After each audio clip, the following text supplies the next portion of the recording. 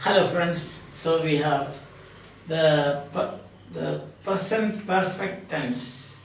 We saw the form, we saw the distribution, negative, yes or no question and WH question. Now what remains is about the change of the form or transformation is passive voice.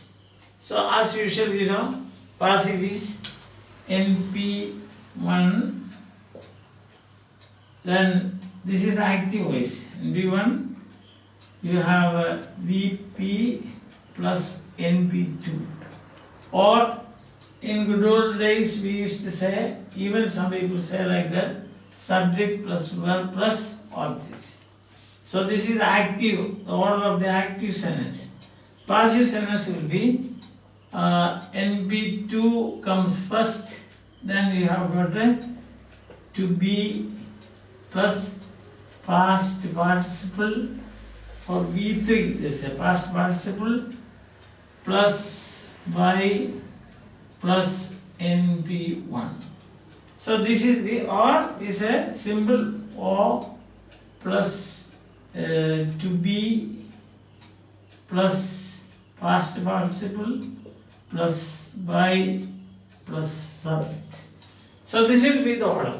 Now let's see a symbol. When looking at the body, you find that there are all kinds of symbols, as if I am teaching you mathematics. No, not like that. Just give you a formula so that it becomes easy for you to remember. I have found from my own experience that students, they enjoy this kind of formula in English grammar. Understand? Okay, here we go. So it's he has eaten he has eaten rice, so it is easier. He has eaten rice. So what you have to do is, you have to bring rice, then has to be been eaten by him. Rice has been eaten by him. It's as simple as that.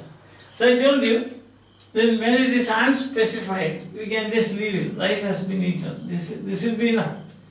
This is, if you want to write, to be more explicit, you can write by him. Understand? So statements, it's very easy. As we have already seen in the present continuous, in the simple present, and now in the present perfect tense. So all the difference is, you have got, okay, one more. She has sung a song. So the passive will be a song has been. This is the point. Has been, to be. The form to be that we use is the past participle of to be. So here, a song has been sung. Then you have got the verb by her. Understand? That's very simple, I think. Now, suppose you get questions, what will you do? See, a question, yes or no question, okay. Now, as usual, you simplify this. See, have they done the work? So this is an yes or no question. So what you do is that you make it you simplify it. They have done the work. Now we see the work has singular, third person singular, has been done by them. Now we make it a question, has the work has the work been done by them? Question mark. So that will be the answer of, have they done the work? Has the work been done by them? Simplify and then it becomes easy. Alright, let's do one more example, then I think it will be clearer to you.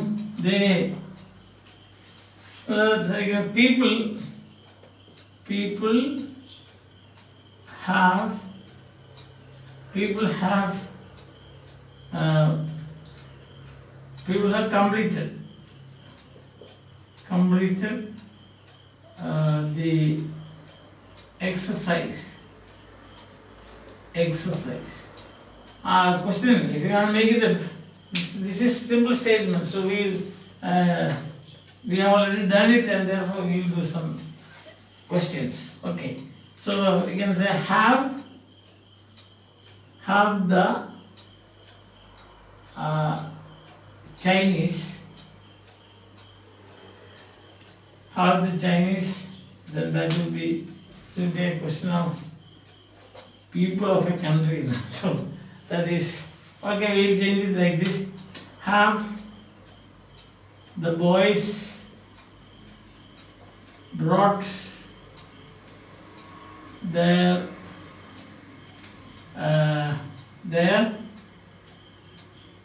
notebook,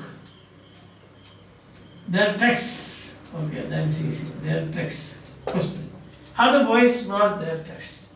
So simplifying that, you say the boys have brought their text. Now you can see their texts have been brought by the boys.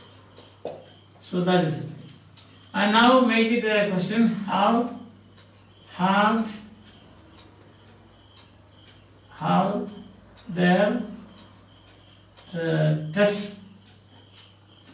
their texts been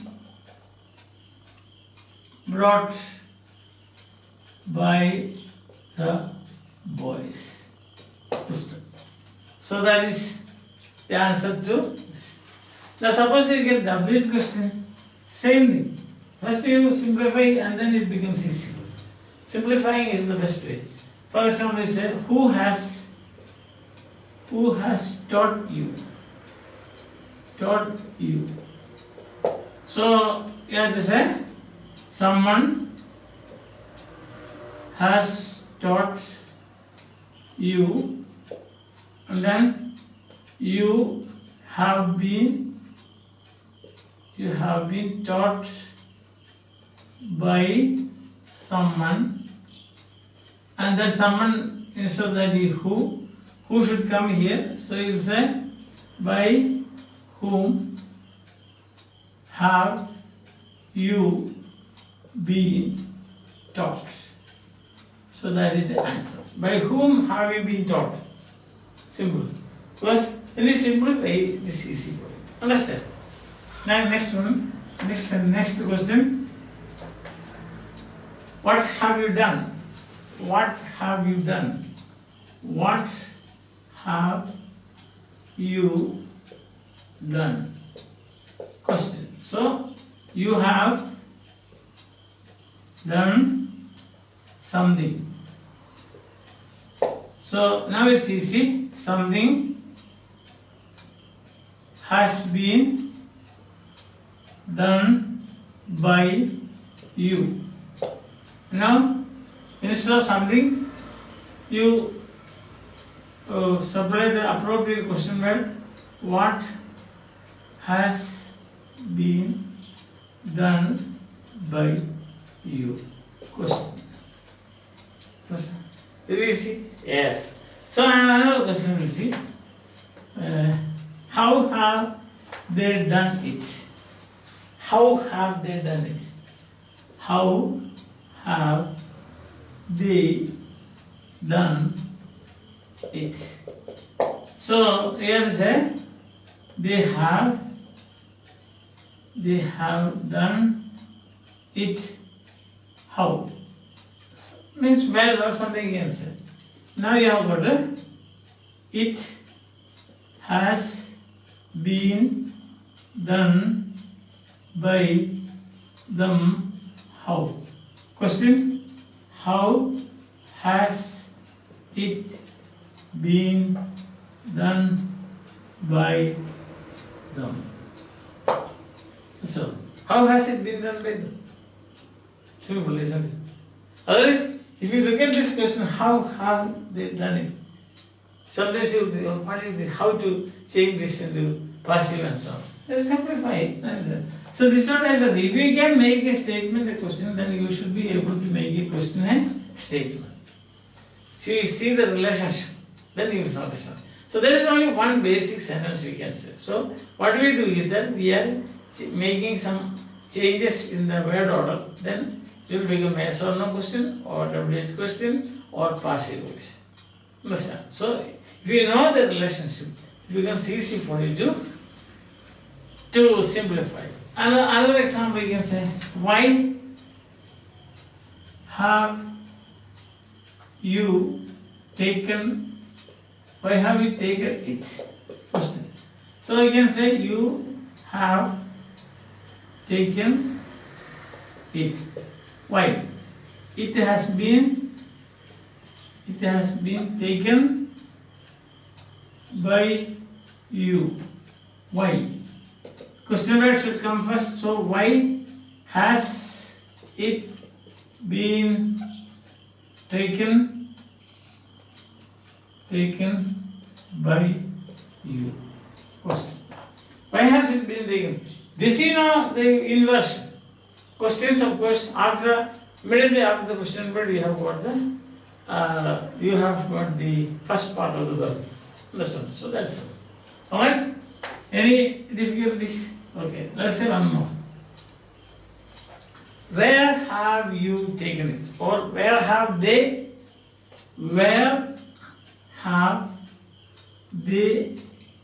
taken the books? So you can say the book, yes, they have taken the books. Now you know the books have been taken by them. Why have the books been taken?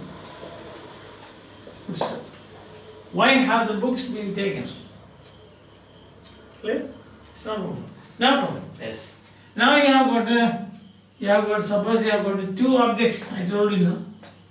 The direct object should become the subject of the passive. See, you can say like this. She has given a book to her friend. So here you have two objects, a book to her friend. So her friend has been given a book, is perfectly alright. But the safest thing is take the direct object. What? See, she has given what? The book, a book. To whom? That's indirect object. So you start with a book. A book has been given to her friend by her. A book has been given to her friend by her. By her is understood. I told you now, the unnecessary things. That means if something is not, if it is a person, of course you should say. Otherwise, even if without that, it will be alright. And better, I think it will be better to do that. No? That is better passive than in unnecessary writing words which are not very important. Such things. No? Things which are not definite, we can leave out. Or you have to say another sentence. He taught us English. So you have got two. In this case, the best thing is take the personal object. Us is the personal object. Person. It represents a person. So you can say, we have been. He has taught. Sorry, he has taught. So we have been taught. Now this one, English by him. So we have been taught English. That's enough. We have been taught English. If you want, you can write by him also. Nobody is going to object to that. Understand? So this is so. There are all the possible varieties of passive we have done now. Statement we saw, yes or no question we saw, then we have got a WH question, we have got a double objects, that is transitive, that is a direct object and indirect object. In that case, what you do is, first thing, remember the subject of the passive, it is better to choose the direct object, and if you got a person, then you choose that person alone. Hope that it is clear, because you have been doing this from present continuous. Again, we did all varieties in the simple present. Now we are doing it in the present perfect. I think things is amply clear, very clear to you. You can do exercises. Tomorrow, based on this, we will do an exercise. Then I think by the time it will be clear. Okay? Any doubt? You can ask me anytime. Okay, bye. Have a nice day.